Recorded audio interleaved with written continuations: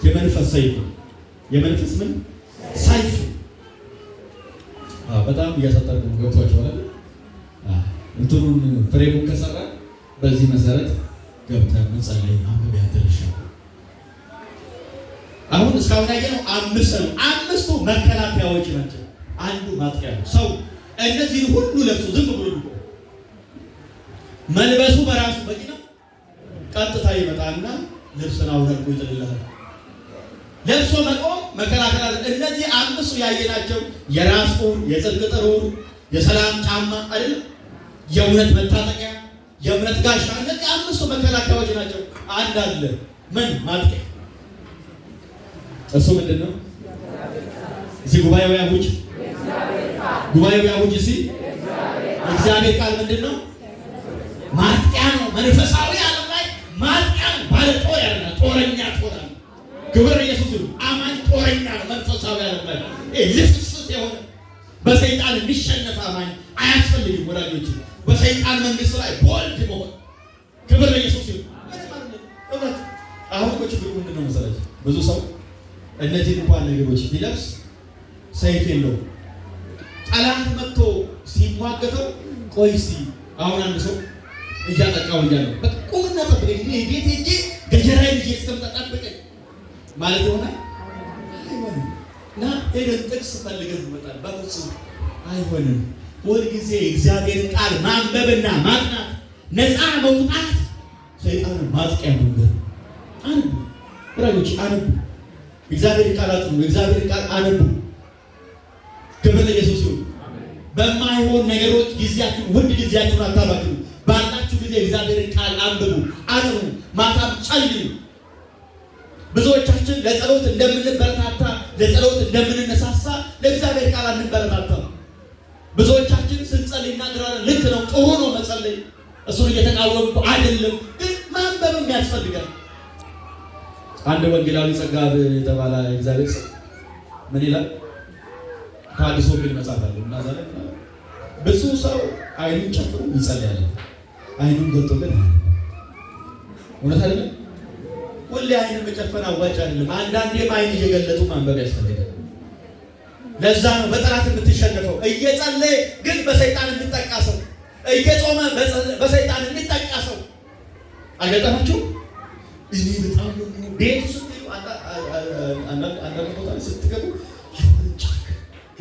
ሰው አማኝ ቤት ገቡ እንደዚህ ጭፈግጋል። ያንተ ቤት አጸልይበት ማለት ነው። ቤት ገጠማ ይጨፈግጋል እና ነበር ሰው ሳይጸልይ ቀርቶ ብቻ አስለቅቁ፣ ቤታችሁን አስለቅቁ፣ ቤታችሁን ፍቱ፣ ከጠላት አስፈቱ። ወላጆች ስትገባማ የሆነ ጠረን ይሽፈት እንጂ ኢየሱስ ያድናል።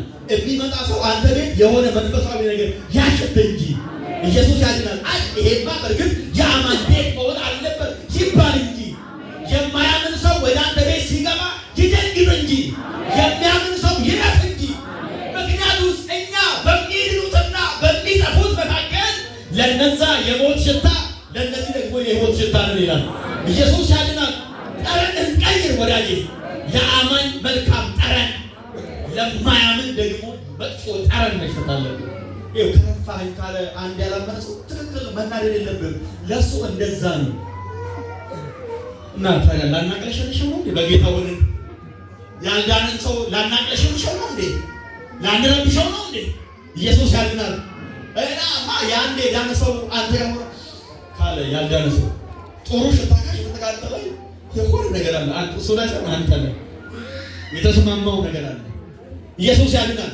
ለማንኛውም ሰይፍ የእግዚአብሔር ቃል፣ የእግዚአብሔር ቃል ማለት መጽሐፍ የእግዚአብሔር ቃል በሙላት ይኖርባችሁ ይላል አይደል? ከዘፍጥረት እስከ ራእይ ሸምድዳችሁ ያዙ ማለት ነው አይደለም። መጽሐፍ ቅዱስ የእግዚአብሔርን ቃል በሁለት የግሪክ ቃላቶች ይጠቅሳል። የመጀመሪያው ሎጎስ ነው። ሎጎስ ጠቅላላው የእግዚአብሔር ቃል ማለት ነው። ሁለተኛው ደግሞ ሬማ። አሁን መጽሐፍ ቅዱስ በዚህ ክፍል ሎጎስ ሳይሆን የተባለው ሬማ ነው። አሜን ነው። ሬማ ማለት ምን ማለት ነው መሰላችሁ? በስውር መጽሐፍ ቅዱስ አንብበን ላንተ የምትወስደው መልእክት ማለት ነው። ለምሳሌ መጽሐፍ ቅዱስ ጌታችን ኢየሱስ ክርስቶስ ሰይጣን ወደ እሱ ሲመጣ በምን ተዋጋው ይላል? ይህ ከሳና ፈሳለ ምናምን አላለው። ጥቅስ ሲጠቅስ እየጠቀሰ ሲመጣ ኢየሱስን ይጠቅስ አይደል? ሰይጣንን ለመቃወም አንድ ጥቅስ መንገሩ ሰይፍ ነው። ቀጣሪያው ኢየሱስ ያድናል። መጥቶ ምናምን ትመዛለህ፣ ሰይፍ ወገቡን ትወጋለህ። ኢየሱስ ያድናል። ሲረብሽና ጥቅስን ታወጣለህ፣ አናቱን ትወጋዋለህ። በምን በቃ እያወጣ ትጠቀጥቀዋለህ። ጀርባውን ኢየሱስ ያድናል። ትጠቀጥቀዋለህ። ህይወቱ ፊቱ ገላውን ትጠቀጥቃለህ። በእግዚአብሔር ቃል ኢየሱስ ጌታ ነው። በቃ ኢየሱስ ጌታ ነው። ሃሌሉያ። መንፈስ ይግባብን። በእውነት የእግዚአብሔር ቃል በሙላት ይኑርብን ወዳጆቼ። የእግዚአብሔር ቃል ማጥናት ሬማ ጋር መገናኘት። ኢየሱስ ጌታ ነው። መጽሐፍ ቅዱስ የእግዚአብሔር ቃል በሰይፍ መስሎታል አይደል? እግዚአብሔር ቃል ሕያው የሚሰራም ነውና ሁለትም አፍ ካለው ሰይፍ ይልቅ የተሳለ ነው፣ ነፍስንና መንፈስን ጅማትና ቅልጥምን እስኪለይ ይወጋል ይላል። ስለዚህ የእግዚአብሔር ቃል ምንድን ነው? ሰይፍ ትቆርጣለህ። ማታ ተነሳ ቃል እየተናገር ታውጃለህ። ቤት ላይ ታውጃለህ። ቃሉን ታውጃለህ። ግዛት ላይ ታውጃለህ። እላችሁ በጣም አንዳንድ አማኞች ጠዋት ተነሳው ውሃ ይዘው ወደ ሱቅ ይሄዳሉ። ምን ነው ሲል ከፍበት ብዬርናል አይተዋል። ጠዋት እየተነሱ እነዛ ቤታቸው ላይ ሳርከፈክፉ አይተዋል። እና የኢየሱስ ደም ያልፈርክ ከየት የመጣ ነው? ሰው ከጠንቋይ ኮርጆ ይመጣል። አሁን ከጠንቋይ ኮርጆ ወደ ኢየሱስ ነው ደግሞ እንዲህ አይነት ትምህርት ከየት ነው የመጣው? እንደ ሰው ልማድ አይደለም። እንደ ይራቹ ሱቃችሁ ባም ተረጨ ሰዎች ግድ የላችሁ ብዙ አይሰራ ቃላው ስቃላው ከጎን ያለው ሰው በመንግስት ላይ ቃል ተናገር በለው። በግዛት ላይ ቃል ተናገር በሉት። ያንተ በሆነ ነገር ላይ ቃል ተናገር በሉት። ለምን ቃል ይቆርጣል? ቃል ይቆርጣል ወላጆቼ፣ ይቆርጣል። ቃል ይቆርጣል። ቃል ያደቃል። ቃል ያጠፋል። ቃል ይደመስሳል። ቃል ሲቃል በሉ ባካችሁ፣ ቃል በሉ ባካችሁ፣ ቃል በሉ ባካችሁ። ማዲዳ ዶዳ ዳዳ ማንታ ዱዳ ራባጋንዳያ ቃል በሉ ባካችሁ። የእግዚአብሔር ቃል መንፈስ ነው ወዳጆቼ። እኔ ነገርኳችሁ ቃል ሕይወትም መንፈስም ነው ወዳጆቼ። ቃል በሉ ልጅ ባካችሁ፣ ቃል በሉ ባካችሁ። ማንታ አዳዳ ራባጋንዶሳ የእግዚአብሔር ቃል ነፍስና መንፈስን ለይቶ ይወጋል። የሰይጣንን መንግስት ቆርጦ ይጥላል። ለጌታ ክብር ይሁን።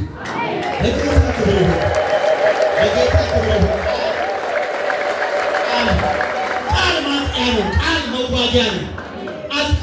ከዚህ በኋላ ጦረኛ አማኝ ይፈልጋል። ከዚህ ጉባኤ እዚህ ለጦርነት የተዘጋጀ ሰይፍ አለ እጅ ላይ፣ ሰይፍ አለ እጅ ላይ፣ ሰይፍ አለ እጅ ላይ። አሁን በዚህ ቃል ጸልየን ነው የምንወጣው። በዚህ ሰይፍ ቆራርጠን ክብር ለኢየሱስ ይሁን።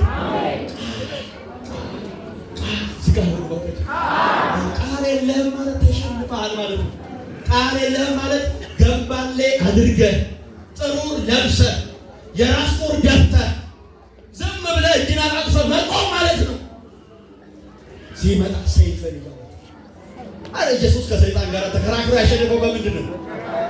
በቃል ነው ያሸነፈው። እንዲህ ተብሎ ተጽፏል ማለት አለብህ። አለበለዚያ ቅዠተኞች አይረብሹም፣ አያስቸግሩም። ክብር ለኢየሱስ። ቃል እያወጣ መንግስትና ስራው መፍረስ። ከዚህ ጋር በተገናኘ በጣም ሌላው እናስተውለው ምንድን ነው? ለእኔም ጸልዩልኝ ይላል ሐዋርያው አይደል? ሰው ደግሞ መከላከያም ለብሶ ማጥቃም ይዞ የማይጸልይ ከሆነስ ከጦር አዛዡ ጋር ያለው መስመር ተቋርጧል ማለት ነው። ስለዚህ ጸሎት ምንድን ነው? አንድ ወታደር ለጦርነት ወጥቶ ለምሳሌ ሰሜን ላይ በነበረው ጦርነት እና በምንድን ነው ያ ሁሉ ውድቂት የተደረገው ሲባል የመጀመሪያ ቆምናት እንትሩ ወደ ጠቅላይ ጽሕፈት ቤት የሚተላለፈው መስመር ቆረጡታል ስልኩ። ከዛ ይደወል አይሰራም። ስልኩ እስኪገጠም ድረስ ያ ሁሉ ጦርነት ተደርጓል። ስለዚህ የውላችሁ አንድ ሰው አይጸልይም ማለት ከጦር አዛዥ ጋር አይነጋገርም ማለት ነው። ጸሎት የስልክ መስመር ነው። አሜን ነው ወይ? ጸሎት የስልክ መስመር ነው። አንድ ወታደር ይሄን ያህል ሰው ያስፈልገኛል ብሎ ይደውላል በስልክ። እንዲህ አድርገናል ብሎ ይደውላል በስልክ። ስለዚህ የማይደውል ከሆነስ አይደውልም ማለት ብዙ ጠላት እየመጣበትም መስመሩ ስለተቋረጠ ይሸነፋል። ጠላቶቹ ያደርጉታል። ጸልይ፣ ከጎን ያለው ሰው ጸልይ በለው። ገበለ ኢየሱስ ይሁን። መጸለይ ማለት ሁሌ መመሪያ መቀበል ነው፣ ትእዛዝ መቀበል ነው። አሜን ነው ወይ? ኢየሱስ ያድናል። ስለዚህ እነዚህ ነገሮች ማድረግ መጸለይ፣ መስመሮቹ ጥጥቆቹ ማሟላት፣ ሰይፍን መያዝ፣ ከዛስ መጸለይ። አንዳንዱ ልክ አቡነ ዘበሰማያት ብሎ እንደመተኛ በደንብ ጸልዩ። ገበለ ጸልዩ ማለት የሃይማኖት ጸሎት ሳይሆን በቃ የመንፈሳዊ ሰው ጸሎት ጸልዩ። ኢየሱስ ያድናል። አሜን ነው ወይ? እግዚአብሔር የተባረከ ይሁን። ኢየሱስ ጌታ ነው። በዚህ ያህል ካወራን ይበቃል። አሜን ነው። ጌታ ተናግሯቸዋል። ክብር ለጌታ ይሁን። ስለዚህ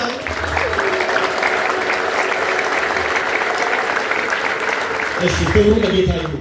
ክብሩ ለጌታ ይሁን። አሁን 5 ደቂቃ ከኔ ጋር እንጸልያለን። ሁላችን ቆመን ነው እንጸልያለን። ክብር ለኢየሱስ ይሁን።